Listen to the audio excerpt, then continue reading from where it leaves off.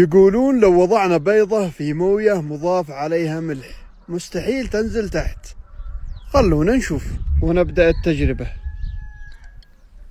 ما نزلتش والله، قعدت فوق.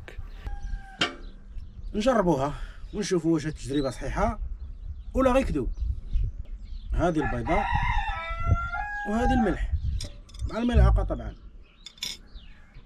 هذا الكاس نديرو فيه الملحة،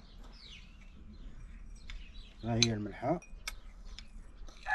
بشوية باش ما تدفقهاش.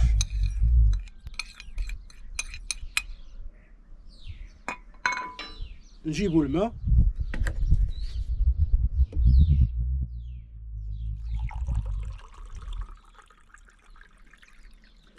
ها الكاس هو عامر بالماء والملحة طبعا.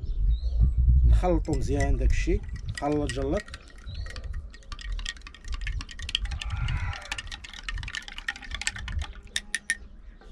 كيبان ليا تخلط مزيان. نجيبو البيضة ديالنا دابا، هذه هي البيضة باقا خضراء، نجربوها.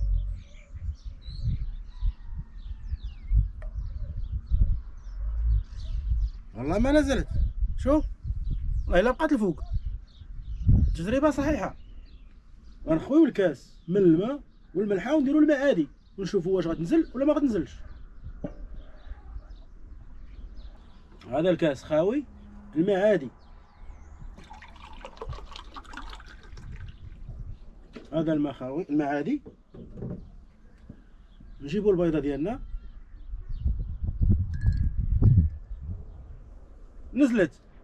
يعني التجربة اللي دارها الخينا صحيحة. عطيونا رأيكم في التعليقات علاش البيضة في الماء مالح ما كتنزلش.